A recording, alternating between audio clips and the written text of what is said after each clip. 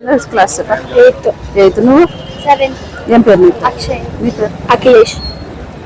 అంటే గౌరవ అంజి అన్న గారికి ఇద్దరు పిల్లలు కూడా ఉన్నారు.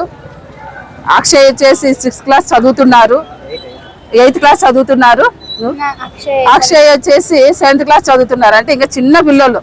ఈ రోజు ఈ తండ్రిని దూరం చేసినటువంటి వాళ్ళకు కూడా తప్పకుండా భగవంతుడు అనేది దృష్టిలో, అంటే మన చేతిలో ఉండి కూడా మనం ఏం చేయలేక నిర్లక్ష్యం చేసినాం కాబట్టి పేదవాళ్ళు ఉసురు తప్పకుండా ఎవరికొరికి అంటే మన తప్పు చేసిన వాళ్ళకి ఉంటుందని కూడా నేను తెలియజేస్తుంటే, నిర్లక్ష్యం అయితే చేయొద్దండి. ఈ పిల్లలు చిన్న పిల్లలు, ఈ వయసుకి తండ్రి లేని లోటు అనేది తండ్రి లేకపోతేనే అర్థమవుతుందని కూడా నేను తెలియజేస్తున్నా. ఈరోజు నేను ఒక రాయనగర్ బిడ్డగా ఈరోజు అన్నను చూడడానికి రావడం జరిగింది. చాలా చూసి ఈ పిల్లలు బాధపడుతుంటే నాకు చాలా బాధ అనిపించింది. కాబట్టి ఇలాంటి బాధ మరి ఎవరికి రాకూడదు అని నేను ఒక అక్కగా మాత్రమే ఇక్కడ వచ్చి చూడడం జరిగింది, వాళ్ళ బాధ వినడం జరిగింది. నెక్స్ట్ ఎవరు కూడా ఇలా జరగకుండా చూడాల్సిన బాధ్యత గౌరవ అన్నగారి మీద కూడా ఉంది అని తెలియజేస్తాను. ఎందుకంటే ఇంకో విషయం చెప్పాలా, నేను ఒకనొక సందర్భంలో నాకు హెల్త్ బాగాలేకపోతే సేమ్ ఇదే అన్నలాగే నాకు కూడా కొంచెం ఏదో ఇక్కడ నొప్పి వచ్చినట్టు వస్తే నేను వచ్చినాను. నైట్ 8:30, 9 అయింటది. ఎందుకంటే అక్కడ ఉన్నటువంటి డాక్టర్ నిర్లక్ష్యం ఎట్లా ఉంటుంది అంటే, నేను వచ్చిన ఆ టైంకి, ఎందుకంటే నాకు ఆ బాధ ఉంది కాబట్టి నేను ఆ టైంకి వస్తే అక్కడ ఉన్నటువంటి డ్యూటీ డాక్టర్స్ ఏమన్నారంటే, మీరు ఇప్పుడు కాదు రావాల్సింది మార్నింగ్ డాక్టర్ వచ్చినాక. అసలు మీరెవరు అని నేను క్వశ్చన్ చేస్తున్నా వాళ్ళని. ఎందుకంటే మాలాంటి వాళ్ళు వచ్చినప్పుడే రోగాలు ఓపీ టైంలో రావాలని ఉందా ఏమైనా? అంటే ఆ విధంగా ఏమైనా బోర్డ్స్ పెట్టండి. మీరు ఎంత నిర్లక్ష్యంగా ఉన్నారంటే ఆదోని డాక్టర్స్ గురించి ఎంత తక్కువ చెప్పుకుంటే మన ఆదోని పరువు అంత బాగుంటుందని కూడా నేను తెలియజేస్తున్నా. కాబట్టి మాలాంటి వాళ్ళకి ఇంత నిర్లక్ష్యంగా సమాధానం చెప్పినప్పుడు మీరు మామూలు ప్రజలకు ఏ విధంగా వైద్యం అందిస్తున్నారా అని నేను క్వశ్చన్ చేస్తున్నా. అంటే వాళ్ళు ఇక్కడ ఆదోనిలో ఉన్నటువంటి డాక్టర్స్ ఎట్లా ఉంటారంటే, వాళ్ళు ఎక్కడో అక్కడ నిల్చుకొని ఉంటారు. వీళ్ళు ఏదో ఇంత దూరం నిల్చుకోబెట్టి వాళ్ళని, అంటే మాట్లాడేది కూడా ఎట్లా ఉంటుంది అంటే ఒక శత్రువుతో మాట్లాడినట్లు ఉంటుంది. ఒక పేషెంట్కి వాళ్ళు ఇచ్చే మందుల కన్నా వాళ్ళు ఇచ్చే మాట చాలా ధైర్యం ఇస్తుంది. కానీ ఇక్కడ అట్లా ఉండదు. ఆదోని పరిస్థితి అట్లా ఉండదు, కర్నూలులో ఉంటుంది. మళ్ళీ ఎట్లా ఉంటుంది అంటే పక్కన కూర్చోబెట్టుకొని దాదాపు 5-10 నిమిషాలు డాక్టర్స్ వాళ్ళకి ఏమైంది ఏం కథ అని చెప్పి క్లియర్గా చెప్పి వాళ్ళకి మనధైర్యాన్ని ఇస్తారు. ఈ డాక్టర్స్ శత్రువుల్లా చూస్తారు. కాబట్టి ఈ డాక్టర్ మెయిన్గా గౌరవ డాక్టర్స్కి మానవత్వం ఉండాలి. అదేవిధంగా మనుషులతో ఎలా మెలగాలో కూడా వాళ్ళకి కౌన్సిలింగ్ ఇవ్వాలని కూడా ఆదోని డాక్టర్స్కి ప్రత్యేకంగా సూపరింటెండెంట్ గారు ఏం చేస్తున్నారు మరి అంటే ఈ హాస్పిటల్ని చూస్తుంటే మరి సూపరింటెండెంట్ గారు నిద్రపోతున్నారా అని నేను క్వశ్చన్ చేస్తున్నా. అంటే ఇంత జరుగుతుంటే, ఇంత నిర్లక్ష్యంగా డాక్టర్స్ వ్యవహరిస్తుంటే మరి మీరేం నిద్రపోతున్నారా అని కూడా నేను సూపరింటెండెంట్ గారిని క్వశ్చన్ చేస్తూ, నెక్స్ట్ ఇలా జరిగితే తీవ్ర పరిణామాలు ఉంటాయని కూడా నేను హెచ్చరిస్తూ, ఈరోజు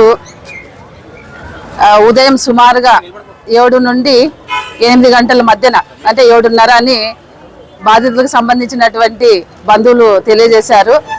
అంటే నేను కూడా విచారించడం జరిగింది. బాధితులు ఎవరైతే ఉన్నారో వాళ్ళ బంధువుల్ని నేను విచారించడం జరిగింది. వాళ్ళు నాకు చెప్పిన విషయాలు ఏంటంటే, మేము ఉదయం 7:30కి హాస్పిటల్కి వచ్చినాము, ఈ విధంగా మా బాబుకి ఇబ్బందిగా ఉంది అని చెప్తే ఒక ఇంజక్షన్ వేసినారు. మా బాబుకి చాలా హెల్త్ బాగాలేదు, అడ్మిట్ చేసుకోండి అంటే కూడా మీరు మళ్ళీ డాక్టర్ వచ్చిన తర్వాత రమ్మని చెప్పి ఆయన ఇంటికి పంపించడం జరిగింది. అంటే అప్పటికే ఆయన హెల్త్ పరంగా చాలా ఇబ్బంది పడుతున్నారు కాబట్టి ఆ టైంకి వచ్చినారు. మరి నేను క్వశ్చన్ చేస్తున్నా, మన ఆదోని గవర్నమెంట్ హాస్పిటల్ ఎట్లా ఉంటుందంటే, కర్నూలులో డాక్టర్స్ చాలా బాగుంటారు, సదుపాయాలు లేవు. ఇక్కడ సదుపాయాలు ఉంటే డాక్టర్స్ ఉండరు. అంటే నేను సూటిగా క్వశ్చన్ చేస్తున్నా. ఉదయం 9 గంటలకి ఎవరైతే పేషెంట్ వచ్చినారో సిస్టర్స్ ప్రథమ చికిత్స భాగంలో ఇంజక్షన్ వేసినారు. డాక్టర్ ఎక్కడ అని క్వశ్చన్ చేస్తున్నాం. డ్యూటీలో డాక్టర్ ఎక్కడ అని క్వశ్చన్ చేస్తున్నాం.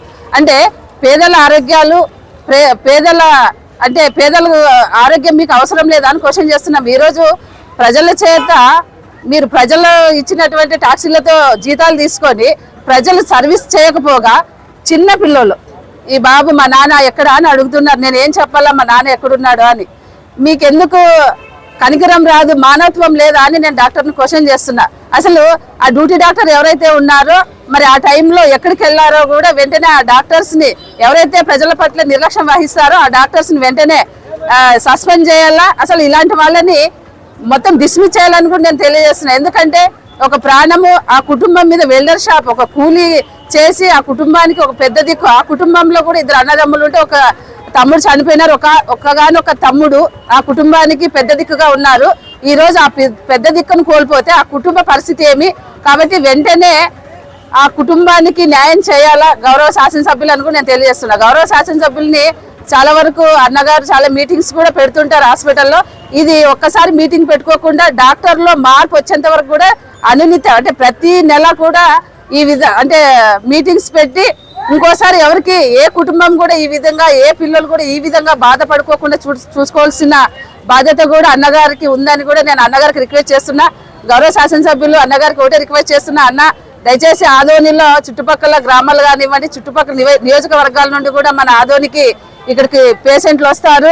అంతా కూడా ఆదోని పరిధిలో ఉండే వాళ్ళు నిరుపేదలు ఎక్కువగా ఈ గవర్నమెంట్ హాస్పిటల్కి వస్తున్నారంటే నిరుపేదలని అందరు కూడా తెలుసుకోవాలా. మరి అలాంటి వాళ్ళకి కనీసం సెకండ్ బాంబాయిగా అని పిలుస్తున్నటువంటి మన ఆదోనిలో కనీస వైద్యం అందక ఈ విధంగా ప్రాణాలు పోతున్నాయి కాదు తీస్తున్నారు.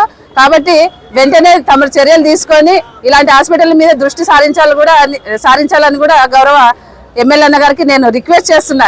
అంటే ఎవరు కూడా అంటే నేను ఈ కుటుంబానికి ఈ పిల్లలకి తప్పకుండా గౌరవ శాసనసభ్యులు న్యాయం చేయాలని రిక్వెస్ట్ చేస్తున్నాను.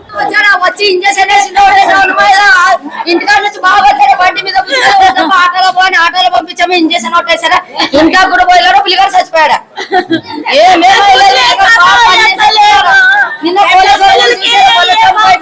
కొంత న్యాయం ఉంటే పోలీసు కూడా చూసారు, మా పిల్లగాడు బాగుంటారు.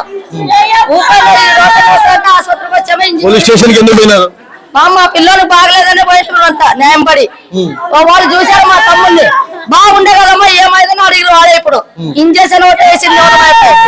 ఇంజక్షన్ ఎవరు వేసారు? టీచర్ అమ్మ వేసారట. ఇక డాక్టర్ లేరా? డాక్టర్ లేకుండా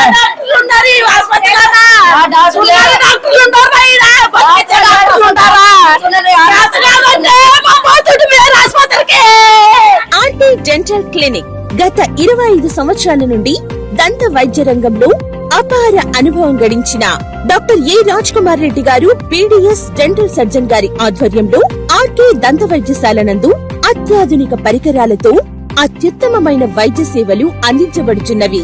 మా ప్రత్యేకతలు ఎత్తు వంకర పళ్ళు సరిచేయుట, root canal treatment, dental implant, laser treatment, clips, composite చికిత్సలు, చిగుళ్లకు సంబంధించిన మరియు విరిగిన దవడ ఎముకలకు శస్త్రచికిత్సలు చేయబడును. అన్ని రకముల దంత వైద్య సేవలు అందించబడును.